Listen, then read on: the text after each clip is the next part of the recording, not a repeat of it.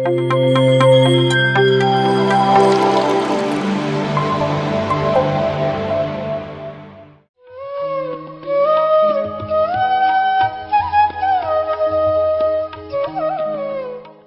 ನಮಸ್ಕಾರ.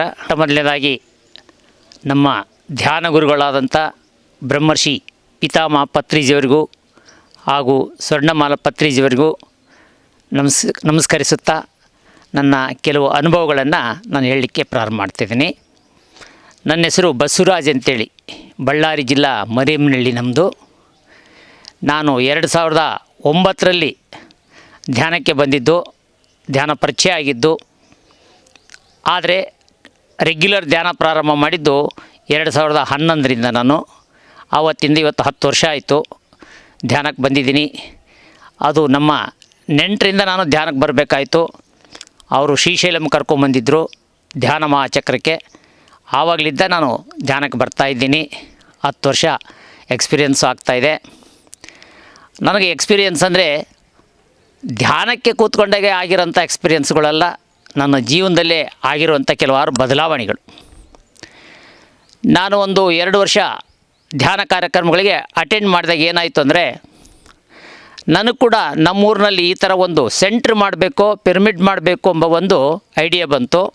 ಅದಕ್ಕಿಂತ ಮುಂಚಿತವಾಗಿ ನಾನು ಏನು ಮಾಡಿದೆ ಅಂದರೆ, ನಮ್ಮ ಮನೆಯಲ್ಲೇ ಸುಮಾರು ಒಂದು 15-20 ಜನ ಕೂತ್ಕೊಂಡು ನಾವು ಧ್ಯಾನದ ಕ್ಲಾಸ್ ನಡೆಸಿದ್ವಿ. ಅಂದರೆ ಪ್ರತಿ ವಾರ ಗುರುವಾರ ಕ್ಲಾಸ್ ಮಾಡ್ತಾಯಿದ್ವಿ. ಅದು ಬರ್ತಾ ಸ್ವಲ್ಪ ಸಂಖ್ಯೆನೂ ಹೆಚ್ಚಾಯಿತು. ಹಾಗೆ ಮಾಡ್ತಾ ಏನಾಯಿತು ಅಂದರೆ, ನಮ್ಮ ಮನೆ ಮೇಲೇ ಒಂದು ಪಿರಮಿಡ್ ಸ್ಥಾಪನೆ ಮಾಡಿದ್ವಿ. 21x21 2015ರಲ್ಲಿ ಪ್ರಾರಂಭ ಮಾಡಿದ್ವಿ. ಈಗ ಸುಮಾರು 7 ವರ್ಷ ಆಗ್ತಾ ಬಂತು. ಆವತ್ತಿಂದನೂ ಪ್ರತಿನಿತ್ಯ ಧ್ಯಾನ, ಪ್ರತಿದಿನ ಬೆಳಿಗ್ಗೆ 5:30ಗೆ ನಮ್ಮದು ಸೆಂಟ್ರ್ ಓಪನ್ ಮಾಡ್ತೀವಿ. ಒಂದು 25-30 ಜನ ಧ್ಯಾನಕ್ಕೆ ಬರ್ತಾಯಿದ್ದಾರೆ. ಕೆಲವರೆಲ್ಲ ಬೆಳಿಗ್ಗೆ ಬರ್ತಾರೆ, ಕೆಲವರೆಲ್ಲ ಸಂಜೆ ಕಡೆ ಬರ್ತಾರೆ. ಒಟ್ಟಿನಲ್ಲಿ ಎಲ್ಲರೂ ಧ್ಯಾನಕ್ಕೆ ಬರ್ತಾಯಿದ್ದಾರೆ. ಅದ್ರ ಜೊತೆಗೇ ಪ್ರತಿ ಗುರುವಾರ ಸಂಜೆ 6:30ರಿಂದ 8 ಗಂಟೆಗೆ ನಾವೊಂದು ಸತ್ಸಂಗವನ್ನು ಇಟ್ಕೋತಾ ಇದ್ದೀವಿ.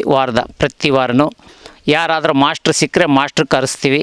ಇಲ್ಲ ಅಂದರೆ ನನಗೆ ತಿಳಿದ ಮಟ್ಟಿಗೆ ನಾನು ಕೆಲವಾರು ವಿಚಾರಗಳನ್ನು ಹೇಳ್ತಾ ಇರ್ತೀನಿ. ಇದು ಹೀಗೇ 7 ವರ್ಷಗಳ ಕಾಲ ನಡೀತಾ ಬಂದಿದೆ. ಪ್ರತಿ ವರ್ಷ ಕೂಡ ವಾರ್ಷಿಕೋತ್ಸವ ಮಾಡ್ತಾಯಿದ್ದೀವಿ. ಹಾಗೆಯೇ ಒಂದು 2 ಬಾರಿ ನಾವು ಸಸ್ಯಾಹಾರಿ ರ್ಯಾಲಿಯನ್ನು ಕೂಡ ಏರ್ಪಾಡು ಮಾಡಿದ್ವಿ. ಮತ್ತು ಬೇರೆಯವರಿಗೆಲ್ಲ ಧ್ಯಾನಿಗಳನ್ನು ಈ ಒಂದು ಧ್ಯಾನ ಮಹಾಚಕ್ರಕ್ಕೆ, ಹಾಗೆ ಬುದ್ಧ ಪೂರ್ಣಿಮೆಗೆ ಅನೇಕಾರು ಜನರನ್ನು ಭೇಟಿ ಕೊಡೋದರಲ್ಲಿ ನಾವು ಪ್ರಯತ್ನ ಮಾಡಿದ್ದೀವಿ. ಹಾಗೆಯೇ ನನಗೂ ಮಾಡ್ತಾ ಕೆಲವಾರು ಕಡೆ ಕ್ಲಾಸ್ಗಳನ್ನು ಕೊಡ್ತಾ ಬಂದಿದ್ದೀನಿ. ನನಗೆ ಭಗವದ್ಗೀತೆ ಅಂದರೆ ತುಂಬ ಇಷ್ಟ. ಮುಂಚೆಯಿಂದ ಭಗವದ್ಗೀತೆ ಓದ್ತಾ ಇದ್ದೆ. ಆ ಭಗವದ್ಗೀತೆದ ಸಂಬಂಧವೇ ನಾನು ಒಂದು 5-6 ಕಡೆ ಕ್ಲಾಸ್ ಕೊಟ್ಟಿದ್ದೀನಿ. ಮತ್ತು ಕೂಡ ಮುಂದೆ ಅದ್ರ ಬಗ್ಗೆ ಇನ್ನೂ ಹೆಚ್ಚಿನ ಒಂದು ಸ್ವಾಧ್ಯಾಯ ಮಾಡಿ, ಸ್ಟಡಿ ಮಾಡಿ ಅದನ್ನು ಹೇಳಬೇಕೆಂಬ ಒಂದು ಅಭಿಲಾಷೆ ಇದೆ. ನನಗೆ ಪ್ರತಿನಿತ್ಯನೂ 4:30-5ಕ್ಕೆ ಹೇಳೋಂಥ ಅಭ್ಯಾಸ. ಪ್ರತಿನಿತ್ಯ ಎದ್ದು ಪ್ರತಿನಿತ್ಯವೂ ಧ್ಯಾನ ಮಾಡೋದು, ಮತ್ತು ಸಂಜೆ ಕೂಡ ಧ್ಯಾನ ಮಾಡೋದು, ಇದೆಲ್ಲ ಮಾಡ್ತಾಯಿದ್ದೀನಿ. ಆಮೇಲೆ ಅಕ್ಕಪಕ್ಕದ ಊರಿಗೆ ಕೆಲವು ಕಡೆ ಹೋಗಿ ಇದರ ಒಂದು ಪ್ರಚಾರ ಕೂಡ ಮಾಡಿದ್ದೀವಿ.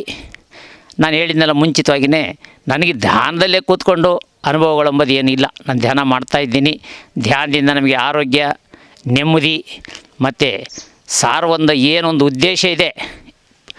ಈ ಭೂಮಂಡಲದ ಪ್ರತಿಯೊಬ್ಬರಿಗೂ ಈ ಧ್ಯಾನ ಸಂದೇಶವನ್ನು ತಲುಪಿಸ್ಬೇಕು. ಎಲ್ಲರೂ ಧ್ಯಾನಿಗಳಾಗಬೇಕು, ಸಸ್ಯಾಹಾರಿಗಳಾಗಬೇಕು. ಹಾಗೆ ಪಿರಮಿಡ್ಗಳು ನಿರ್ಮಾಣ ಆಗಬೇಕಂತೇನು ಪತ್ರಿಜಿಯವರೊಂದು ಕನಸಿದೆಯಲ್ಲ, ಅದರಲ್ಲಿ ಕೈಗೂಡಿ ನಾವು ಒಂದು ಅಳಿಲ ಸೇವೆಯನ್ನು ನಾನು ಸಲ್ಲಿಸೋ ಪ್ರಯತ್ನ ಮಾಡ್ತಾಯಿದ್ದೀನಿ.